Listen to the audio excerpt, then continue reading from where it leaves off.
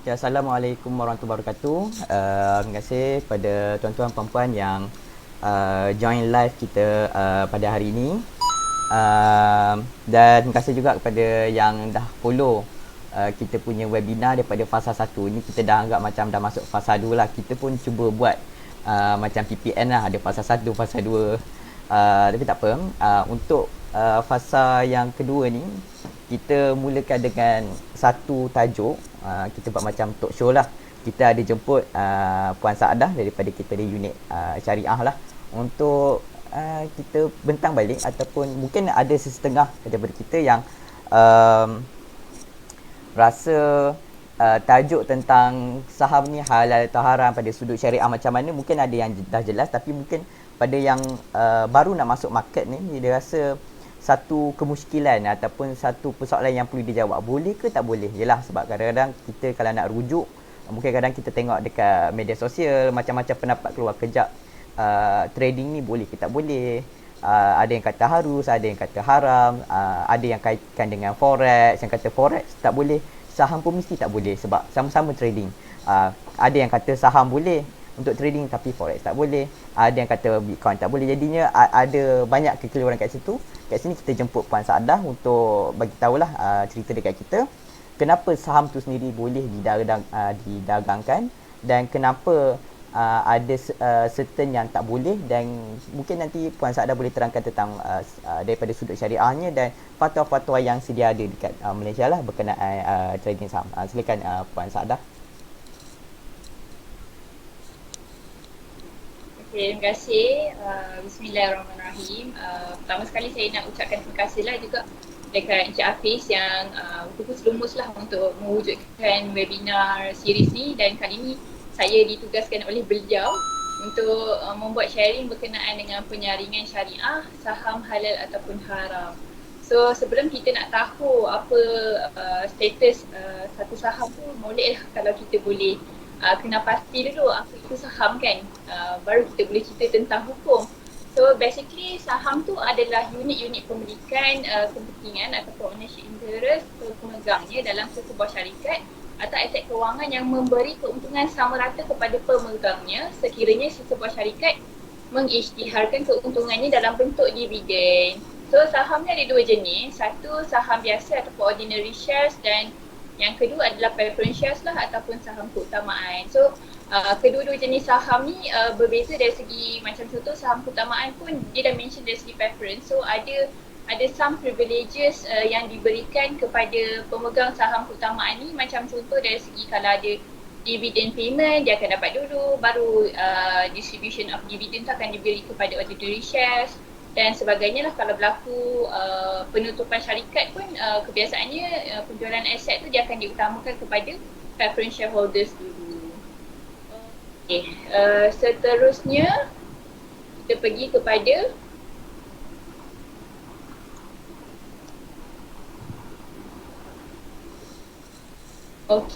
kita pergi kepada hukum berjual beli dengan saham.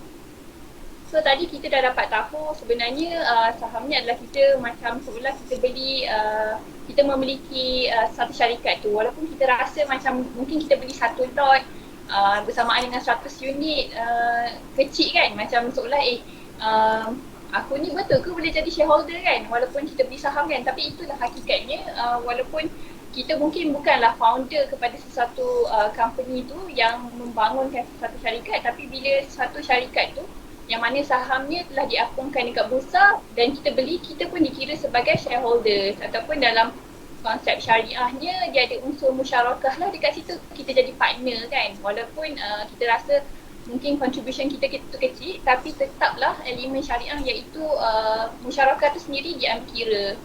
Jadi Majlis Penasihat Syariah Suruhanjaya Sekuti Malaysia sendiri telah memutuskan bahawa saham tu adalah satu aset yang dikategorikan sebagai mal mithli yang membuktikan kepada pemegangnya hak pemilikan terhadap sesebuah syarikat. So maksudnya ada konsep musyarakah tu sendiri, kita adalah musyarik ataupun kita adalah partner kepada dalam satu syarikat tu. Jadi kita macam seolah peneraju lah dalam membangunkan sesebuah syarikat, walaupun kita rasa amount yang kita investkan tu kecil, tapi tapi dia ada maksudnya dia memberi impak dari segi pemilikan sebuah syarikat tu lah. Jadi mal misli ni dia refer kepada sesuatu yang mudah diperolehi di pasaran dan ia sama dari segi bentuk fizikalnya. Sekiranya ada perbezaan sekalipun, ia tidak terlalu ketara dan kebiasaannya orang ramai tidak mengambil kira perbezaan tersebut. So yang ni hukum secara general lah berkenaan dengan saham ni, yang mana dia adalah diharuskan. Tapi bila kita cakap pasal saham ni, semua saham ni halal ke kan? Macam contoh jenis yang kita telah jelaskan awal tadi, ada dua jenis, saham biasa dan saham keutamaan. So untuk saham keutamaan ataupun preference shares ni sendiri, dia sebenarnya ada kontroversi. Sebabnya dia ada unsur garanti, yang mana bila kita invest dekat dalam satu syarikat tu, kita seolah macam digaranti akan dapat dividen. Sebab kalau ikutkan macam contoh dividen tu kan, dia kata dia akan dahulukan preference shareholder berbanding dengan ordinary shareholder kan. So dia nampak macam ada unsur garanti dekat situ. Maksudnya apa-apa pun kita akan untung seolahnya. Dan yang kerugian tu seolahnya ditanggung oleh ordinary shareholders. Tapi berdasarkan kepada Majlis Penasihat Syariah Suruhanjaya Sekutu Malaysia, mereka telah memutuskan bahawa preference share ni boleh diklasifikasikan sebagai sekuti patuh syariah dengan dua syarat-syarat berikut. So dalam slide ni saya ada tunjukkan satu syarat utama dia adalah mother share kepada preference share ni adalah patuh syariah. Macam contoh kalau kita ada mother share KNM, contohnya kita tengok dia punya status dia patuh syariah kan. So dia issue preference share. So highly likely preference share ni sendiri akan jadi patuh syariah. Tapi ada syarat lain juga yang kita kena tengok, iaitu preference share tu bersifat non-kumulatif, berasaskan kepada konsep tanazul. So key point kat sini adalah non-kumulatif. Kita tengok ada macam-macam jenis preference shares. So macam contoh kalau kita tengok ada redeemable, convertible preference shares, irredeemable, convertible preference shares dan banyak lagi nama preference shares yang kita boleh dapati. Tapi macam contoh kalau kita rasa kita berminat dengan sesuatu preference shares, kita tengok mother share dia patuh syariah lah. Macam contoh KNM kan tadi, kita tengok KNM ni patuh syariah. Apa lagi kriteria lain yang kita kena tengok? Kita kena tengok dekat dalam dia punya, biasanya dekat dalam prospektus ataupun dokumen bagi preference shares yang diterbitkan, kita boleh tengok dekat dividend element dia. So ada company preference share dia kata dia tak bayar dividen. So yang tu tak ada masalah lah, kita boleh proceed beli. Tapi ada satu lagi, dia akan bagi tahu dia akan bayar dividen dan dia akan bagi tahu sama ada dividen tu kumulatif ataupun tidak kumulatif ataupun non kumulatif. So kalau dia memang clearly state dia adalah kumulatif, so memang straight away preference share tu tak patut syariah lah. Tapi kalau dia mention benda tu sebagai non kumulatif, kita no doubt lah, kita cakap dia sebagai preference share tu sebagai patut syariah dan kita boleh transact dekat dalam that preference shares. So macam yang non-kumulatif ni, kenapa dia tanya konsep tanazul tu sendiri apa ya? Konsep tanazul ni sebenarnya macam dia waiving of rights. Kita let go kita punya rights. Siapa yang let go? Let go tu adalah sebab sekarang ni dekat company tu dia ada dua jenis shareholders kan. Satu preference shareholder dengan satu lagi is ordinary shareholders. So ordinary shareholders dia waive their rights to the dividend. Maksudnya dia kata okey lah, saya benarkan untuk memberi keutamaan kepada preference shareholders. So yang tu dari sudut tu kita nampak konsep ordinary shareholders dia let go dia punya rights. Tapi dalam masa yang sama, preference shareholder ni pun ada juga let go dia punya right. Sebab contoh katakanlah preference shareholder tu company janji untuk bagi 6% keuntungan, 6% dividen daripada keuntungan. So katakanlah keuntungan pada tahun tu company tu dapat 10%. So kalau ikutkan dia bagi 6% tu, dia tak bagi semua pun dekat shareholder kan, yang dia declare. So another 4% tu dia akan bagi kepada ordinary shareholder. So yang another 4% tu pun kira preference shareholders ni pun dia waive their rights juga. So yang tu yang dalam konsep tanazul lah yang kita mention kat sini. So terima kasih Hamis for that good question. So saya rasa preference shares tu clear lah. Maksudnya mother share dia punya, kalau kita nak invest kat dalam preference shares satu company tu, kita kena tengok mother share tu syariah. Dan satu lagi dia mesti bersifat non-kumulatif lah berdasarkan kepada konsep tanazul. Macam contoh yang preference share ni ada yang dia dah awal-awal mention dia sebagai syariah compliant, jadi senanglah kita nak ni. Kalau yang tak mention tu kita boleh tengok pada dua syarat ni lah, sama ada dia dah fulfill ataupun belum. Okay, so dia masih next saya akan pergi kepada masih lagi under hukum berjual beli dengan saham. Saya rasa macam Hafiz cakap tadi pun ada orang masih lagi macam skeptik kan. Beli share ni macam judi lah. Memang biasanya pun orang pemain saham dapat untung turun naik harga, orang cerita macam tu. Dari segi simplistic view memang kita akan nampak macam senangnya turun naik harga kan, dah dapat untung kan. So sebenarnya apa yang kita nampak ni dari segi maksudnya kita mengambil keuntungan daripada turun naiknya harga tu pun ada juga orang klasifikasikan dia sebagai satu aksi spekulasi. So dari segi definisi, yang ni saya ambil daripada Suruhanjaya Sekutu Malaysia lah, yang dimasukkan dekat dalam dia punya kompilasi pandangan syariah berkenaan dengan Islamic Capital Market. So dia punya definisi adalah bagi spekulasi, dia merujuk kepada tindakan mengambil peluang membuat keuntungan daripada pergerakan harga sesuatu barangan. Tapi dia sendiri mention pada hakikatnya aktiviti spekulasi wujud dalam apa jua perniagaan. Cuma yang membezakan sama ada ia berbentuk keterlaluan ataupun berada dalam keadaan normal. Dan Majlis Penasihat Syariah Suruhanjaya Sekutu Malaysia sendiri telah memutuskan bahawa spekulasi adalah sesuatu yang diharuskan menurut perundangan Islam. So aksi maksudnya tindakan spekulasi di dalam Islamic Capital Market dekat dalam realiti sebenar sendiri pun dah ada. Macam contoh orang beli rumah.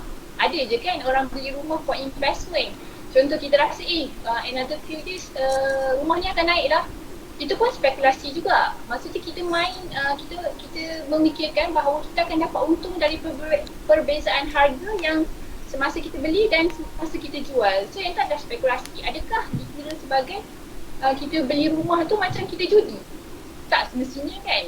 Ada tak orang cakap beli rumah nak untung daripada jualan harga yang lebih tinggi jadi judi? Tak ada pula orang cakap untuk beli rumah macam tu. Tapi untuk saham orang cakap judi. So kita pun macam tak adil lah kalau kita double standard dari segi aplikasi. Kita kata saham ni judi, jual beli rumah untuk keuntungan ni kita tak kata judi. So pada saya benda tu satu benda yang sangat tak adil, sebab dia dari segi aplikasi tu sendiri kalau kita faham mengambil keuntungan dari perbezaan harga tu, kita boleh nampak dari segi kita akan nampak dia adalah satu bentuk spekulasi. Cuma yang membezakan adalah spekulasi tu keterlaluan, eksesif ataupun normal. So macam contoh kalau ikutkan dalam kita nak berjual beli saham kan, kita biasanya akan, maksudnya investor sendiri akan gunakan dua jenis analisis lah. Sama ada fundamental analysis ataupun technical analysis. So fundamental analysis tu dia lebih kepada macam kita nak tengok capability company tu ataupun maksudnya kebolehan company tu untuk akan datang dia grow ataupun macam ada potensi untuk untung dari segi bisnes ataupun tidak kan.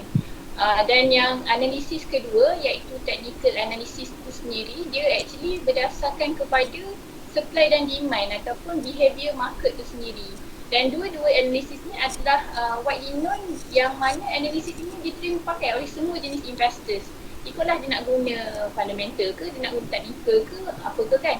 Tapi yang menjadi inline dekat sini, maksudnya behavior yang menyebabkan, yang menyebabkan satu transaksi saham tu sebagai nampak macam judi, bila kita macam blindly follow other people beli share. Adalah satu grup ni dia cakap, KNM ke Sorban Dynamic ke confirm akan naik contohnya kan. Kita pun naik belilah beli sebab orang ramai beli. Tapi kita sendiri pun tak tahu apa asas kita nak beli ni. Is it a good company? Is it a good stock ke sebab orang recommend je? So maksudnya dekat sini tindakan kita bila kita blindly follow other people untuk beli sesuatu saham tu, dia akan menjerumuskan kita kepada tindakan judi itu sendiri. Tapi in general, transaksi saham tu tidaklah sesuatu benda yang haram. Tapi yang menyebabkan dia haram adalah, ataupun menyebabkan transaksi tu menjerumuskan kita kepada judi tu sebenarnya bergantung pada behavior kita sendiri. Kalau kita berani follow memang straight away judi lah. Boleh jadi judi lah. Maksud Puan, kalau kita membuat analisis, maksudnya kita membuat kajian risiko kan, itu kita anggap sebagai spekulasi lah. Tapi kalau kita mengharap semata-mata pada pure luck ataupun benda yang 50-50, itu jadi judi lah. Ke macam mana? Ya, dia sangat dekat dengan judi. Sebab tu kita sebaiknya untuk kita, sebabnya bila dalam transaksi muamalat ni kita memang kena ada ilmu. Jadi itu yang jadi kalau contoh kita blindly follow orang kata untung sekali, kita rugi besar kan. So kita salahkan orang kan. Padahal sebenarnya decision making tu kita yang buat.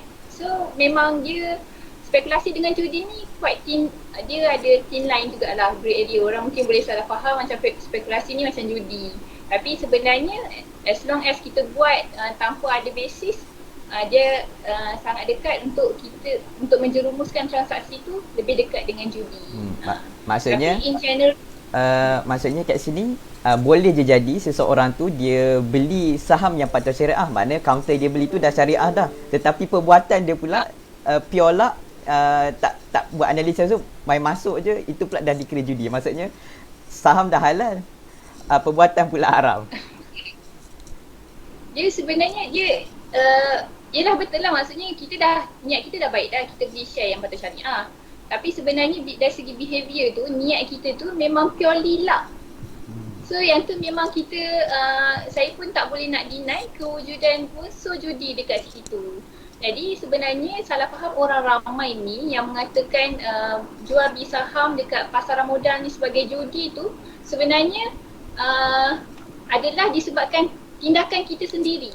Tapi in general, jual beli saham itu dibenarkan provided that kita pun kena jaga kita punya niat ni.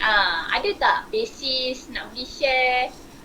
Disebabkan orang recommend blindly follow, pure luck macam Encik Hafiz cakap. So yang tu satu benda yang kita kena jaga jugalah, walaupun saham yang kita beli tu adalah saham patuh syariah. Okey ke Hafiz, ada lagi? Okey Puan.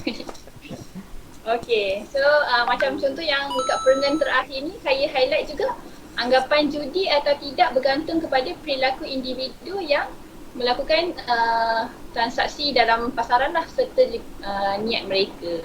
So purely lah memang dia akan menjerumuskan kepada transaksi tersebut sebagai judi lah. Okay. Dan ada juga tadi Encik Hafiz cakap kan, apa beza saham dengan forex ni? Padahal sebenarnya dia dua benda yang berbeza kan. Maksudnya dari segi essence tu adalah benda yang berbeza, tapi kita nampak sebab dia ada involvement of broker. Okay, saham pun ada broker, forex pun ada broker. So kita masukkan duit dalam trust account, so sama je kan. Tapi sebenarnya dia berbeza sebab kita come back to dia punya essence ataupun intipati aset tu sendiri. Macam contoh nature lah, kita tengok pada nature aset tu sendiri. Macam contoh saham ni, actually macam tadi kita dah explain tadi, dia actually pemilikan dalam sebuah syarikat. So bila kita beli saham, seolahnya kita masuk dalam partnership punya arrangement. Tapi macam forex ni, in normal form biasanya orang akan cakap sebagai foreign exchange lah, ataupun pertukaran mata wang. Yang biasa kita tahu macam contoh kalau kita nak travel ke, nak travel ataupun transaksi import ataupun export. So biasanya memang kita akan berlakulah pertukaran mata wang tu. Dan tujuan utama pertukaran mata wang tu adalah untuk facilitate transaksi belian. Ataupun macam contoh kita nak travel, of course kita akan beli barang kan dekat luar negara tu. So kita nak guna duit apa? Takkan nak guna duit ringgit. Mesti kita kena tukar duit tu jadi USD. Contoh kita pergi US, kita bayar guna US. So dekat sini kita nampak tujuan utama mata wang ni sendiri adalah untuk sebagai medium lah untuk membeli barang. Dia bukan sebuah komoditi. Berbanding dengan saham ni, dia nampak seolah macam, maksudnya kita jual beli komoditi jugalah. Tapi untuk forex ni, kita jual beli mata wang. So bila jual beli mata wang ni, dia punya treatment tu, tujuan utama dia bukan nak dapat keuntungan dari pertukaran. Tapi kita nak gunakan mata wang ni untuk membeli sesuatu barang. Jadi dari segi mata wang ni sendiri, sebab kita tengok pertukaran mata wang ni dia punya aset utama adalah mata wang tu sendiri kan. So untuk pertukaran mata wang dalam Islam sendiri kita Islam ada gariskan lah, ataupun dalam hadis Nabi sendiri pun ada memberi garis panduan berkenaan dengan pertukaran mata wang. Mata wang ni kita panggil sebagai, kita kelaskan juga lah sebagai item ribawi.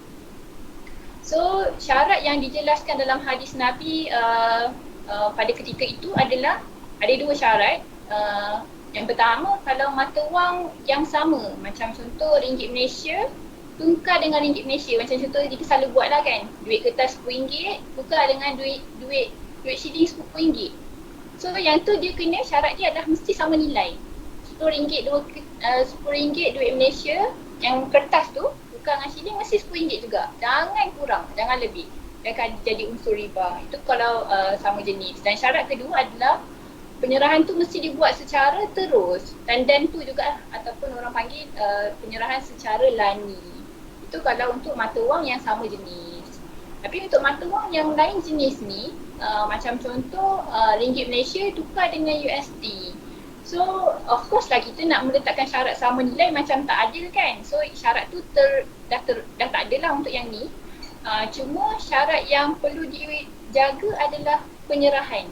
Penyerahan duit tu ataupun pertukaran duit tu mesti dibuat secara lani. Itu adalah syarat utama bila kita nak buat pertukaran mata wang. So yang kita buat biasa ni dekat money exchanger semua tu tak ada masalah. Sebabnya dia adalah dia nak facilitate keperluan kita kan. Dari segi kita nak travel, kita nak beli export import, tak kisahlah kan. Tapi sekarang ni yang jadi isu adalah online forex trading. So dia sebenarnya online forex trading ni dia didefine sebagai pertukaran mata wang yang didagangkan. Kita macam beli sertifikat untuk tukar ringgit Malaysia kepada yen contohnya, ringgit Malaysia kepada USD. Macam itulah. Dan online forex trading sendiri telah dibincangkan oleh Majlis Fatwa Kebangsaan dan didapati hukumnya adalah haram. Dan sebabnya diharamkan adalah mata wang ni sendiri bukanlah komoditi. Maksudnya kita tak boleh nak ambil keuntungan daripada duit tu sendiri. Maksudnya macam contoh komoditi ni, macam contoh kita beli air kan, kita beli untuk minum, tapi kita beli duit untuk apa? Purely untuk keuntungan. So dia sebab tu lah dia kata dia maksudnya treatment dia memang tak sama. Yang tu yang pertama, maksudnya mata wang ni sendiri bukan komoditi. Dan yang kedua, dia ada unsur perjudian lah. Maksudnya macam apa basis kita untuk beli sesuatu currency ataupun membuat perdagangan untuk menukar currency? Apa basis kita? Macam contoh kita rasa macam contoh kita beli US dollar, kita rasa country tu akan ada improvement in terms of ekonomi. Adakah kita beli ekonomi dia? Macam saham tadi, kita beli berdasarkan prestasi kepada syarikat tu. Memang ada bukti lah. Tapi yang macam mata wang ni apa underlying dia? Mata wang sendirilah tak ada apa-apa. So apa basis dari segi turun naik tu kan macam nampak piolak sikit lah. So dia akan ada unsur perjudian kat situ. Yang tu nombor 2. Dan yang nombor 3 tu dia tak ada penyerahan lani, which is syarat utama bila kita buat penukaran mata wang ni, dia bila kita beli sertifikat ataupun beli atau apa untuk penukaran mata wang, contoh kita beli RM tukar kepada USD, kepada yen contohnya. Yen tu bukan masuk dalam akaun, dia akan masuk dalam akaun kita tapi lambat. Yang tu satu. Lepas tu kalau kita beli dekat broker tu, kita kena jual dekat broker yang sama. Kita tak boleh transfer out dekat tempat lain. Maksudnya kita tak ada hak pemilikan penuh dekat duit yang kita dah tukarkan tadi. Macam kalau share, kita beli kat broker ni, contoh kita ada margin financing dekat broker lain, kita nak guna share yang kita beli dekat broker BNB Securities, kita nak transfer to M Plus contohnya. Boleh. Tapi yang ni boleh tak kita tukar, kita pergi transfer? Tak boleh. So dari segi pemilikan tu sendiri pun diragui lah. Maksudnya kita tak ada pemilikan yang penuh. Macam contoh kalau kita rasa aku tak nak jual layan ni, aku nak travel guna duit ni lah. Tak boleh. Memang kita kena jual sendiri dekat broker tu sendiri. So yang tu dia tricky part kat situ. Dan last sekali dia ada leverage features lah. Pinjaman ada keuntungan dan kebiasaannya dia ada elemen yang tidak patuh syariah lah kat sini. Okay, itu sedikit perbezaan saham dan forex tu. Okay. So tadi kita cerita secara general lah berkenaan dengan isu-isu syariah dalam transaksi jual beli saham. So now dari segi transaksi saham tu sendiri secara general dibenarkan dengan syarat kita kena beli saham yang patut syariah serta menjaga kita punya tindak tanduk membeli tu kan, supaya kita tak terjebak dalam unsur-unsur judi. So secara general itulah yang tadi kita bincangkan. Now kita nak tahu macam mana SC ataupun international entity tu dia sendiri tengok ataupun menentukan status syariah sesuatu saham tu. So macam contoh kalau kita tengok kat international body tu dia ada Dow Jones, DJIM lah, Dow Jones, MSCI, FTSE, IFE sendiri dia ada metodologi dia sendiri. Dan untuk stok yang listed dekat Malaysia ni dia di-screen ataupun ada satu kaedah yang ditentukan oleh Majlis Penasihat Syariah Suruhanjaya Sekuti Malaysia. So dalam kita punya konteks perbincangan hari ini, saya akan explain lebih detail macam mana kaedah penyaringan syariah yang ditentukan oleh Majlis Penasihat Syariah Suruhanjaya Sekuti Malaysia lah. So yang untuk international tu kita boleh mungkin kita boleh bincangkan pada masa akan datang kalau ada peluang. Boleh. So untuk yang untuk yang kali ni saya tak sempat nak translate dia punya kaedah penyaringan, tapi basically untuk stock listed dekat bursa ni SC dia letakkan dua jenis assessment, satu quantitative assessment dan yang kedua is qualitative assessment. Yang untuk quantitative assessment tu ada dua perkara yang SC akan tengok lah. Yang pertama dekat dia punya business activity benchmark ataupun aktiviti perniagaan sesuatu company ataupun saham tu sendiri. SC meletakkan dua jenis ratio, 5% dan 20% bergantung pada aktiviti yang disenaraikan. Nanti saya akan explain in the next slide.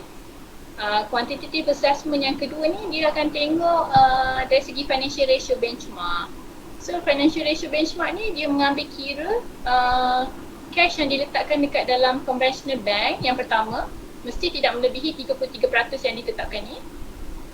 Dan yang kedua dia punya hutang dekat conventional bank. So pengiraan tu pun sama, tidak melebihi 33%. Yang tadi tu saya explain tentang quantitative assessment. Now kita go into the qualitative assessment. Qualitative assessment ni dia SC akan tengok dari segi public perception of a stock lah, ataupun dia punya image lah in terms of dia punya activity, in terms of from the perspective of Islamic teaching lah, dari perspektif Islam. So untuk qualitative assessment ni SC quite subjective. So macam contoh entity like BNB Securities, kalau kita nak buat screening especially dekat qualitative assessment tu quite tricky sebab dia SC dia tak really provide any guidelines lah macam mana kita nak tengok dari segi image ataupun public perception of a company tu ada isu ataupun tidak. So dia sangat private to SC. Cuma yang sebelum ni kita nampak ada satu stok tu yang kita rasa dia ada masalah dari segi image lah, Carex Berhad. So Carex Berhad ni actually is a manufacturer company for condo. So kita check dia punya business dari segi quantitative assessment, business activity benchmark dengan financial ratio dia tak ada masalah. Tapi rupanya dari segi image tu yang menyebabkan dia terkeluar. Tapi masa recent list yang in May tu, Carex dah jadi patut syariah. So sekarang ni kita masih lagi mendapatkan feedback daripada SC lah in terms of kalau dia ada new approach kan untuk this kind of company. So at least kita in the know dan moving forward kalau kita jumpa lagi company yang lebih sama, kita akan lebih berhati-hati lah dari segi kita punya classification kan. Dan ni sedikit sebanyak tentang kaedah penyaringan syariah yang dikeluarkan oleh FPD. Okey, tadi kita ada cakap pasal salah satu kriteria yang diambil kira dalam business activity benchmark adalah aktiviti perniagaan satu company tu kan. Dan ada dua ratio, dua percentage yang ditetapkan oleh SC which is 5%, 5% dengan 20%. So, kenapa ada dua? 5% ni actually dia referring to activity yang memang clearly tak patut syariah. Macam contoh conventional banking, conventional insurance, perjudian, aktiviti melibatkan arak, jual beli daging babi contohnya, F&B yang tak halal. So tu yang benda-benda tu kita akan SC meletakkan 5% kriteria lah. Manakala yang 20% ni aktiviti yang ada mix lah, boleh ada mix kan, kejap patut syariah, kejap patut syariah. So macam contoh kat sini kita tengok ada dalam stock broking business. Macam kita tengok cerita secara general pun transaksi jual beli saham tu sendiri diharuskan kan. Tapi apa yang menyebabkan dia tidak harus adalah behavior dan juga status saham yang dijual beli. So kalau selalu sesebuah stock broking company tu dia facilitate transaksi stok yang tidak patut syariah, aktiviti tu sendiri akan jadi tidak patut syariah. Sebabkan tu SC meletakkan 20%. Kan kalau contoh kalau macam syarikat penerbangan macam mana? Yalah kalau kadang-kadang kita tengok dia punya business, main business dia tu tak ada masalah, dia punya ratio mungkin tak ada masalah, tapi mungkin ada dalam certain service dia ada serve arak. So macam mana tu? Ni soalan-soalan biasa orang tanyalah. Maksudnya company tu dia punya core business tak ada masalah, tapi dia ada partly tak patut syariah kan? Tadi breaking sikit, sorry. So yang tu kita kira company tu sebagai company yang ada mix activity, ada aktiviti campuran, yang mana kita kena identify berapa income ataupun pendapatan yang diperoleh daripada aktiviti tak patut syariah tersebut. Lepas tu kita akan bahagikan dengan total revenue of the company. Lepas tu dia mesti tak exceed lah. Macam contoh tadi Hafiz cakap pasal, katakanlah dia terlibat dengan aktiviti melibatkan rokok kan, distribution of cigarette contohnya. So kita kena make sure aktiviti tu punya pendapatan bahagi dengan total revenue of the company, dan percentage kan dia mesti tidak melebihi 5%. Itu untuk aktiviti campuran lah. So kalau yang macam contoh kalau dia aktiviti campuran tu melibatkan aktiviti yang disenaraikan dalam under percentage 20% tu, kita akan apply 20% ratio dekat situ. So yang ini dari segi business activity. Next kita move, ini secara general lah kita punya proses syariah screening tu. Tadi saya cerita the basic of syariah screening metodologi yang dikeluarkan oleh Suruhanjaya Sekuti Malaysia, dan actually BIMSEC pun apply benda yang sama. Dan prosesnya generally macam yang kita share dekat slide dekat sini. Ada dekat stage pertama tu kita tengok core business lah, aktiviti utama company tu. Kalau dia macam contoh Genting kan, dia straight away kita tahu dia is a gambling company, dia terus drop lah, terus jadi tak patut syariah. Lepas tu kalau company yang core business activity tadi okay, macam contoh dia buat property development. So next kita tengok lah, ada tak company ni mix activity, ada tak aktiviti campuran yang tidak patut syariah. Contoh tiba-tiba dia buat aktiviti distribution of cigarette tadi kan. So kita tengok ratio dia fail, exceed 5%, drop, tak patut syariah. Lepas tu within benchmark lagi, katakanlah 4.5%, below than 5% kan. So kita teruskan tengok dia punya financial ratio. So financial ratio tadi macam saya dah jelaskan, ada dua benda kita tengok. Satu cash in conventional bank, dan satu lagi dia punya hutang dekat dalam conventional bank. So kalau dua-dua ni ataupun salah satu melebihi 33%, dia fail, turun bawah lah, jadi tak patut syariah. Kalau pass, dia pass, pergi kita tengok seterusnya, tengok image, ada isu tak? Tak ada isu, okay. So kita teruskan, kita kata stok tu sebagai patut syariah. Kalau sebab kat sini kita cerita ada 4 stage kan, daripada core business sehinggalah image. Kalau dia fail salah satu pun, dia akan terus jadi tidak patut syariah. Ini cara kita saring lah, cara SC punya saringnya, dan kita applykan dekat dalam BIMB Securities lah masa kita nak determine status sesuatu IPO tu syariah ataupun tidak. Yang kalau macam tiba-tiba kadang-kadang kan macam kita ada provide service IPO interim syariah tu kan. Sebab kadang-kadang yalah ada masa berbeza sikit daripada final result tu, macam mana? Itu maksudnya dari segi treatment ke dari segi macam reasoning kenapa benda tu berlaku? Bukan maksudnya kan kadang-kadang kita bagi tahu counter ni masih interim patuh syariah. Lepas tu bila keluar daripada bursa sendiri kata tak syariah. Dia apa perbezaan dia sebenarnya yang berlaku kat situ?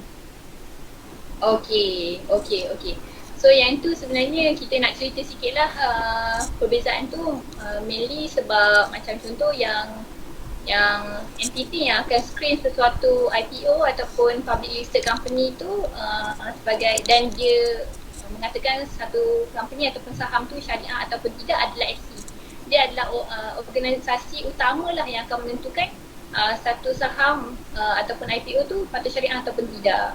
Tapi ada certain company tu, especially IPO lah, masa dia nak awal-awal listing tu, dia tak minta SC screen kan company ni syariah ke tak.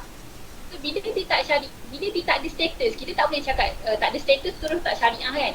So itulah tugas BNB Securities, kita macam nak memudahkan investor kita juga, sebabnya mestilah ada juga orang nak beli sebelum IPO tu di listing dekat bursa kan, tapi tak tahu status dia syariah ataupun tidak. Tu yang BIMSEC akan buat screening berdasarkan screening yang kita dah explain tadi.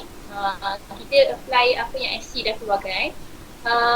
Cuma kita ada dan kita punya status tu akan jadi status sementara lah sehingga SC keluarkan dia punya list masa bulan 5 ataupun bulan 11. So in the meantime tu kalau ikutkan client still lagi follow kita punya status. Katakanlah kita kata company tu syariah, boleh belilah kan. Boleh tunggu sehingga SC keluarkan list bulan 5 ataupun bulan 11. Tapi isu kami adalah kami ada limitasi. Ni kita cerita terang-terang lah. Kami ada limitasi dari segi mendapatkan informasi yang lebih jelas tentang sesuatu company tu. Macam contoh kita cerita real story lah. Macam contoh kita tengok dalam prospektus ada company tu dia punya hutang memang kalau kita kira sepenuhnya lebih daripada 33%. Sebabnya biasanya diorang ni tak akan disclose. Hutang ni dekat syariah dekat conventional bank tu Islamic bank. So kita dulu kita assume worst case scenario lah, kita ambil pendekatan yang selamat, iaitu kita assume worst case scenario. Kita cakap semua hutang ni adalah conventional. Jadi dia melebihi daripada ratio 33% tadi lah bila kita kira kan. Tapi bila SC keluar dia syariah compliant. Jadi perhaps dia punya main reason adalah disebabkan SC tu sendiri dia ada hak untuk mendapatkan further information daripada company tu sendiri. Tapi sekarang ni kita dah maksudnya kita dah face juga lah, Hafiz pun tahu kan kita ada berubah status semua. Tapi how we manage the risk in terms of, maksudnya kita try lah nak make sure kita punya screening inline dengan SC punya status masa bulan 5 ataupun bulan 11. Kita akan try approach dia punya principal advisor to get further details lah. Kalau kita tengok dia dah exit dah ni, tapi kita clarify dengan principal advisor, dapatkan breakdown yang betul lah mana Islamic dengan conventional debt. So that's how we do it lah. Tapi we do admit that kita ada limitasi lah dari segi get further information. So mainly because of information lah, disclosure. That is the main reason lah kenapa berlaku perbezaan status tu. Cuma kiranya dari segi metodologi sama, cuma kita mempunyai limitasi dari segi maklumat yang terima masa dalam tempoh kita nak sediakan yang interim punya status tu. Betul. Okay. So yang ini saya rasa saya go through jugalah illustration supaya macam orang boleh nampak lah macam mana screening metodologi tu ter-apply. Macam ini ada dua kotak lah. Kotak pertama kita tengok business activity benchmark of company A. Dalam ni contoh ni kita letak company A. So dia company ni dia buat property development, construction, tapi dalam masa sama dia ada distribution of cigarette. So kiranya company ni dia ada mixed activity lah. So aktiviti yang tidak patut syariah yang kita dapati dekat sini adalah distribution of cigarette ataupun aktiviti melibatkan rokok lah. So kita identify berapa dia punya revenue. Macam kat sini syariah dan corporate activity ni kita letak tobacco's revenue bahagi dengan group revenue. Kita dapat berapa percentage. Kalau dia 4.5% status tu syariah compliant lah, still lagi within the benchmark. Tapi kita akan teruskan screening. Kalau kat sini kita tengok contoh financial ratio lah. Kat sini dia punya conventional debt dia bahagi dengan total asset 39%. So company A ni classified as syariah non-compliant sebabkan dia exceed the ratio for conventional debt bahagi dengan group total asset. Macam tu lah. Ini ilustrasi ringkas. So next ni kita tengok dari segi aplikasi lah. Nak explain ke? Hafiz? Mungkin lah sentuh sikit-sikit je lah kot. Contoh sikit lah kan. So macam contoh yang ni kita cerita sikit tentang group financial information tu adalah figure-figure dia kat sini. Dan daripada financial information yang ada ni kita dapati dia punya interest income dalam 0.9 million. Lepas tu dia pula ada aktiviti melibatkan arak kan. So revenue daripada aktiviti melibatkan arak tersebut dalam 0.5 million. So profit before tax ni pun kita kena pasti jugalah dalam 0.2 million contohnya. So berdasarkan informasi yang ada ni kita kira lah macam contoh interest income ni pengiraan dia bahagi dengan group total revenue. So berapa? 0.9 million bahagi dengan 20 million ni kita dapat dalam 4.5%. So 4.5%.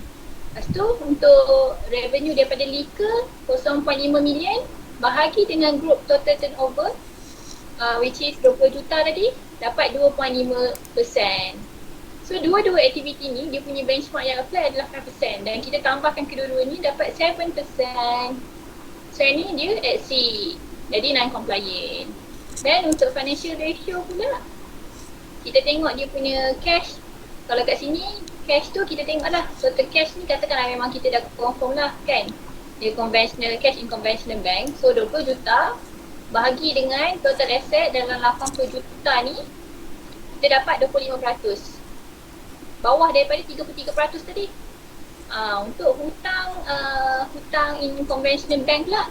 Kat sini kita assume lah semua 40 million ni 40 juta bahagi dengan total asset dalam 80 juta kita dapat 50%. So untuk company ni dia punya hutang kat conventional bank ni melebihi 33%. Which is 50 lah kan. So dia pun tak patut syariah dan company ni tak patut syariah disebabkan dia punya business activity benchmark melebihi 5% dan disebabkan oleh hutang kat conventional bank melebihi 33%. Ini sedikit sebanyak macam mana kita kira lah. Yang next simulation ni lebih kurang sama. Dia berbeza dari segi dia ada associate company yang mungkin buat aktiviti tidak patut syariah lah. So associate company ni treatment dia lain sikit banding dengan subsidiary sebab subsidiary ni dia macam dia punya financial statement dia akan consolidate ataupun digabungkan dengan financial statement dengan mother company dia. Tapi untuk associate company ni kita hanya ambil share profit sahaja. So dari segi pengiraan sama juga. Maksudnya kita identify berapa share profit untuk aktiviti tak patut syariah. Dalam contoh ni kita letak arak lah. So berapa persen, berapa nilai dia 0.1 million ni yang saya highlight kuning ni bahagi dengan group total revenue dalam group total turnover lah dalam 20 million 20 juta kita dapat 0.5%. Campur dengan interest income punya contribution ni kita dapat 5%. 5% ni borderline ni syariah ke tak syariah ni. Borderline ni kalau ikutkan IC dia tetap juga tak syariah. Maksudnya terus exclude lah company ni terus jadi tak patut syariah. Jadinya kena 4.999 lah. Kalau tu kita okey lagi lah. Boleh lah. 5 terus straight away. 33 tidak dimaafkan. Kalau 99 still lagi boleh.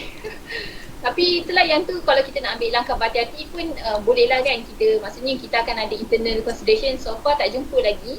Tapi memang 5 straight away tak patut syariah. So dalam kes ni kita tengok company ni tak patut syariah lah. Financial ratio dia pun ada isu. So yang ni sedikit sebanyak dari segi contoh lah macam ni kita nak apply syariah screening.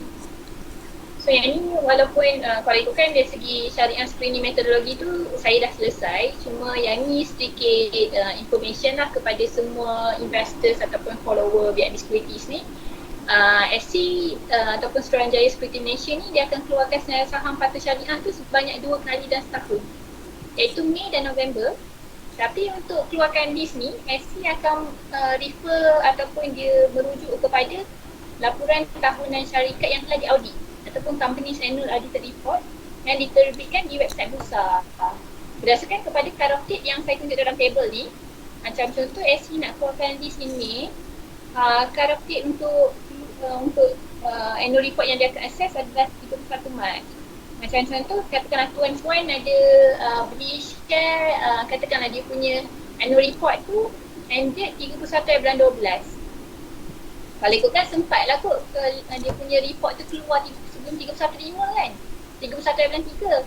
Tapi report tu dipublish dekat bursa pada 30 hari bulan 4 contohnya. So stok tu akan dinilai semasa SC nak keluarkan list masa November nanti. So maksudnya macam contoh kalau tuan-puan jenis rajin nak tengok laporan tahunan, nak tengok bila dia reflect ni, saham aku ni jadi patut syariah bila ni, bulan Mei ke bulan 11, ataupun tukar syariah tukar status ni agak-agak bulan 5 ke bulan 11. So boleh tengok pada karakter ni lah. Ni sajalah sikit information tentang how SC screen lah the securities listed. Ni bila kita cerita pasal SC keluarkan list 2 kali tahun tu, of course akan ada berlaku pertukaran status lah kan. So macam contoh kalau berlaku pertukaran status, dia punya treatment tu telah dijelaskan oleh SC dalam booklet dia masa tuan-puan refer kepada list yang terbaru tu.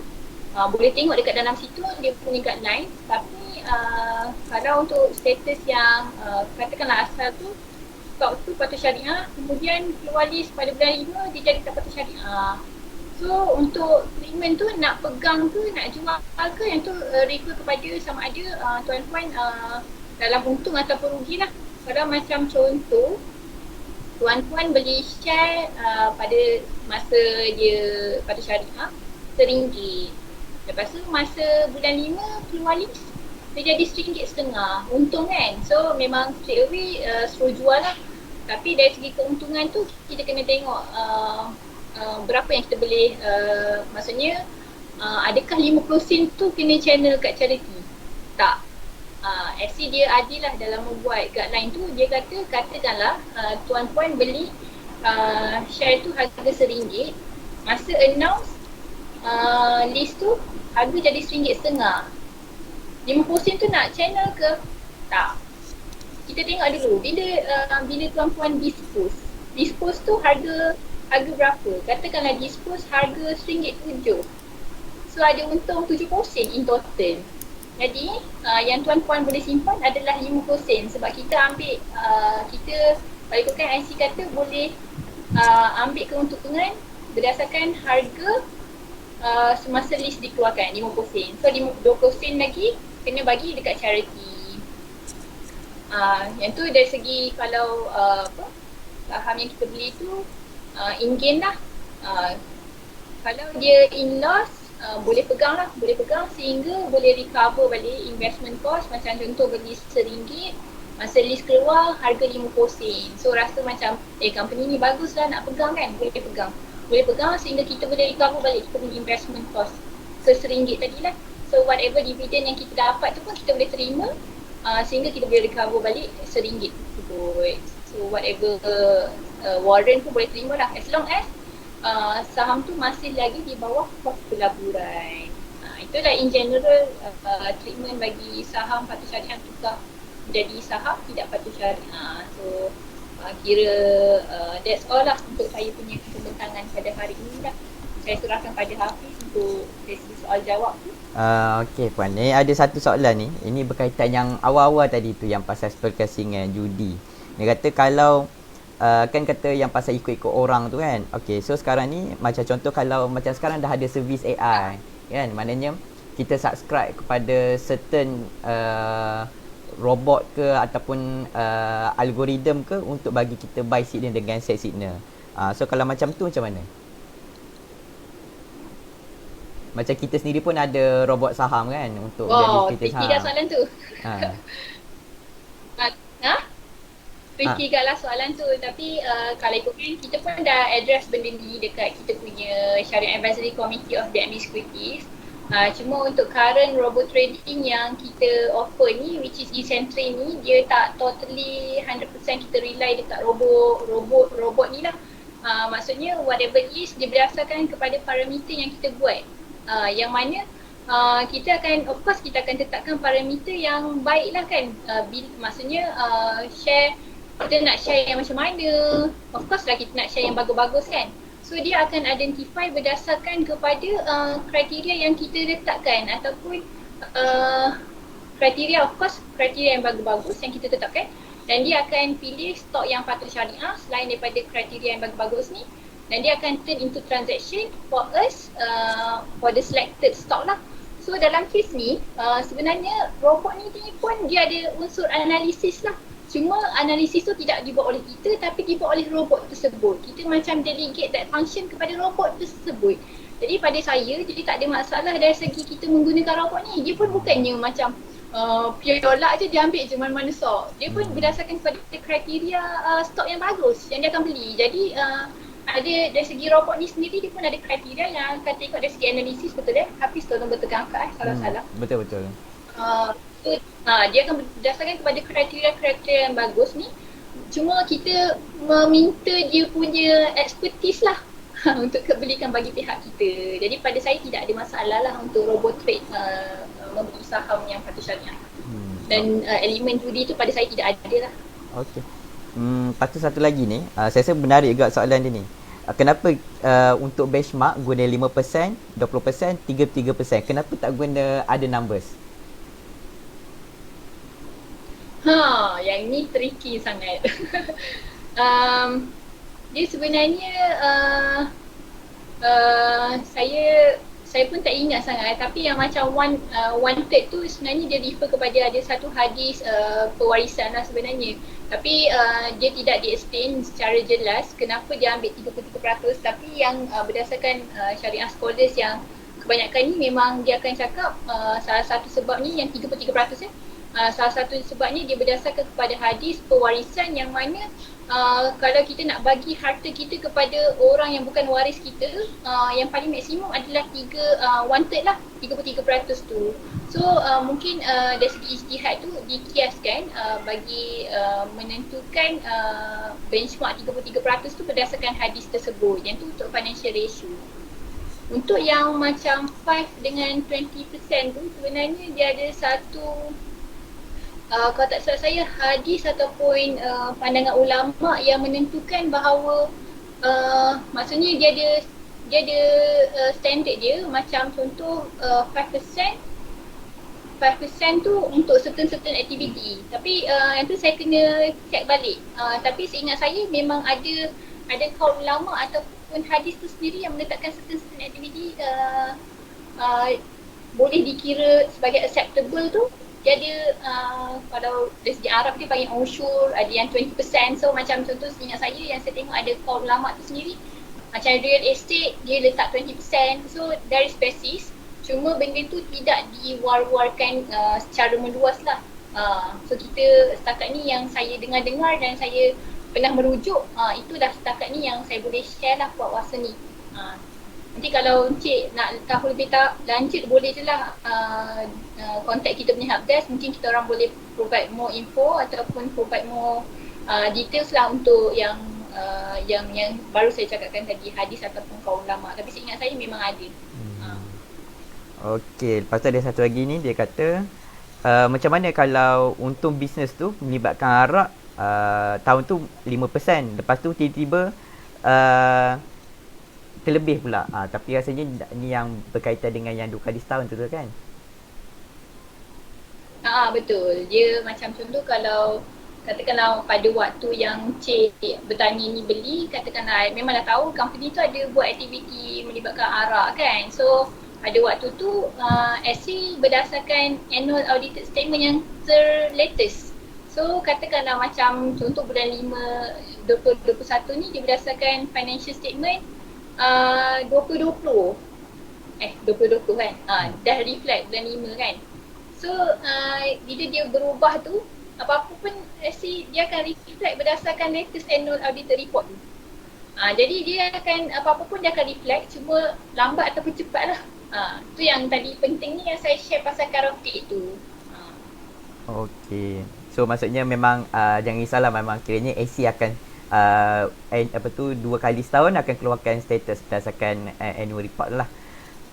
Okey. Betul. Okey, lepas tu dia tanya, okey, dia serahkan trading dia, maknanya dia bagi buka account, lepas tu duit ada dalam tu, dia bagi reminder dia untuk trade untuk dia. Lepas tu dia tinggal dapat untung ataupun tanggung rugi je. Yang tu kira macam mana?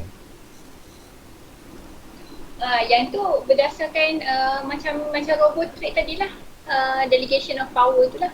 Maksudnya kita meletakkan kepercayaan kita kepada reminder kita untuk menguruskan investment duit kita. So macam contoh kita beli ataupun kita beli unit trust kan, unit trust. Kalau ikutkan unit trust fund, fund manager dia akan beli share untuk kita. Tapi adakah kita seolah macam transaksi dalam share? Tak, kita meletakkan sepenuh kepercayaan kepada dia untuk menguruskan keuangan kita. Jadi berdasarkan dia punya kemahiran. So of course kita akan nanti orang yang mahir. So macam reminder ni kalau ikutkan kita bolehlah suruh dia tolong advice kita. Tapi saya tak pasti reminder ni dia macam executor kan, Hafiz? Betul. Bukan fund manager sebenarnya. Maksudnya kita boleh advise lah berdasarkan so yang sedia ada. Sebenarnya klien kena beli sendiri.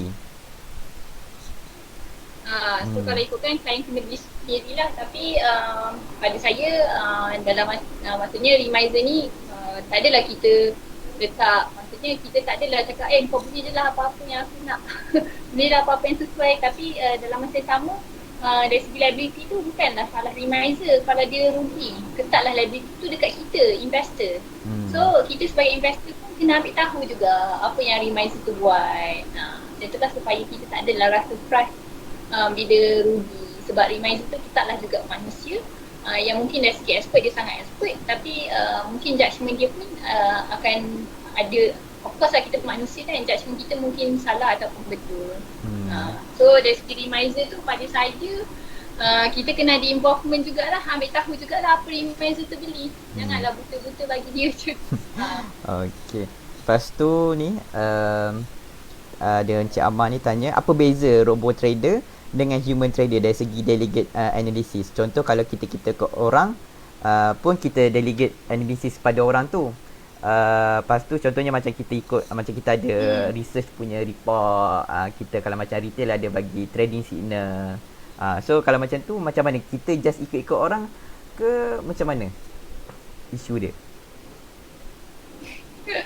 Wow, tricky. Soalan tu sangat tricky. Dia pada saya dia pun sebenarnya dia apa-apa pun dia bergantung pada delegation of power. Tapi dari segi pada saya dia pun sebenarnya bergantung kepada kepercayaan kita juga sebenarnya masa kita delegate that function. Macam contoh pada human dengan robot kan.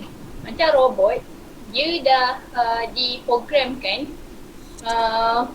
saya tak pastilah nak kata robot tu lagi pandai daripada manusia ke macam mana kan. Tapi dari segi limitasi ni kita nampak teknologi tu macam lagi ke depan dari segi menganalisa data berbanding dengan manusia ni sendiri.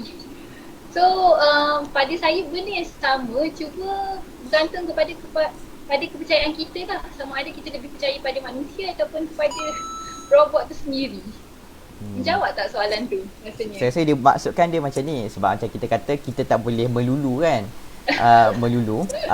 Cuma dia kata apa, maknanya kalau bila kita delegate tu apa sama tak macam istilah kita ikut-ikut orang. Tapi mungkin saya rasa yang nak wrap up dia punya Encik Amar ni punya soalan, maksudnya sepatutnya walaupun kita delegate kat siapa-siapa, either pada robot ataupun kepada manusia, as long as bila kita delegate tu orang yang kita delegate tu dia ada unsur analisis. Maksudnya orang yang kita delegate tu buat kajian.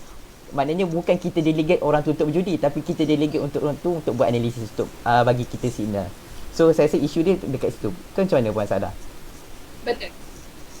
So sepatutnya tak jadi masalah lah apabila kita delegate another party untuk buat analisis untuk kita.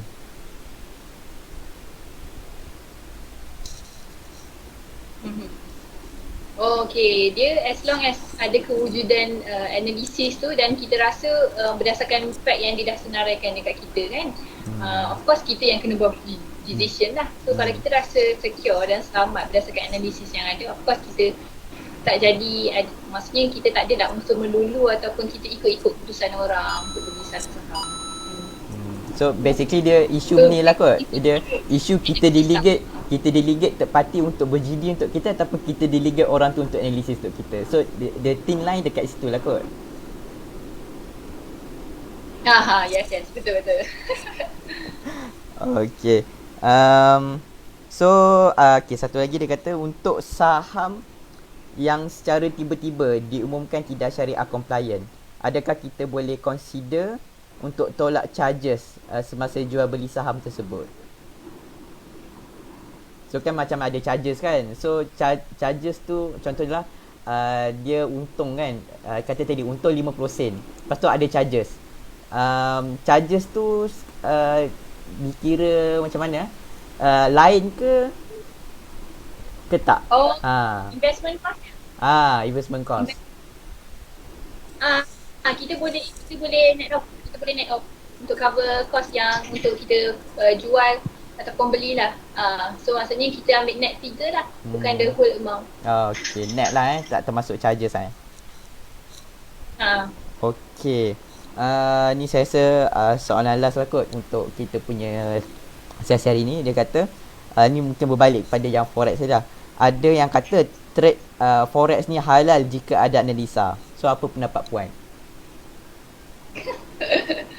Dia sebenarnya dia banyak angle yang menyebabkan forex tu tidak halal. So macam contoh tadi saya cakap kan, ada unsur judi sebab kita macam seolah speculate turun naiknya harga. Tapi ada elemen lain macam contoh pemilikan penuh sempurna.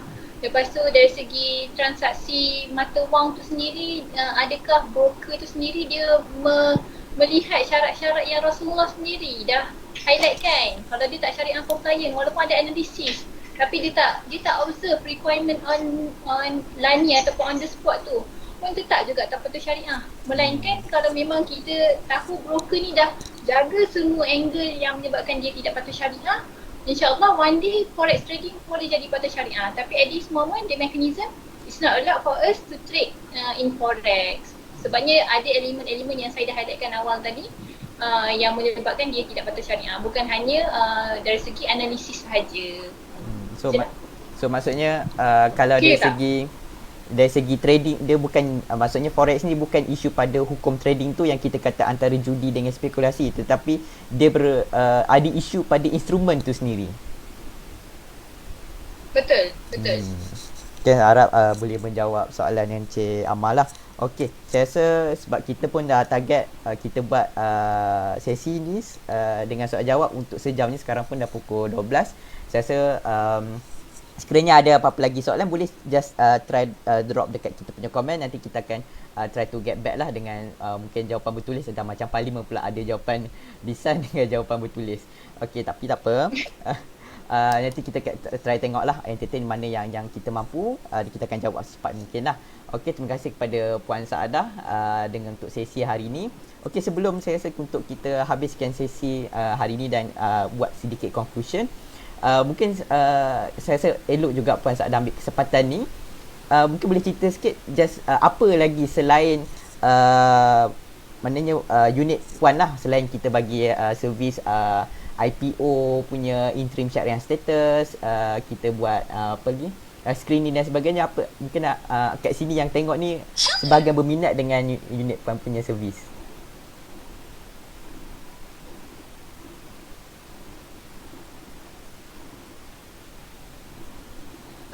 Sorry Hafiz, breaking sikit. Tapi basically yang ni saya kena emphasize on the syariah part ke ataupun being set as general? Saya rasa syariah punya ni lah, syariah punya servis yang ada provide lah. Mungkin yang ada kat sini ada company ke apa ke berminat ke, mungkin yang ada mendengar. Okay, untuk syariah basically punya department ni kalau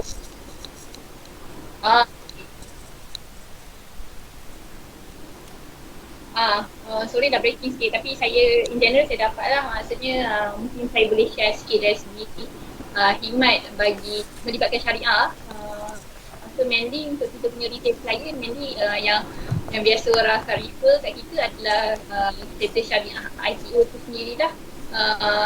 Other than that, maksudnya macam contoh kita serve dari segi kalau ada klien kita tanya, so kita punya help desk akan forward whatever query lah related to Islamic capital market, kita boleh entertain insyaAllah.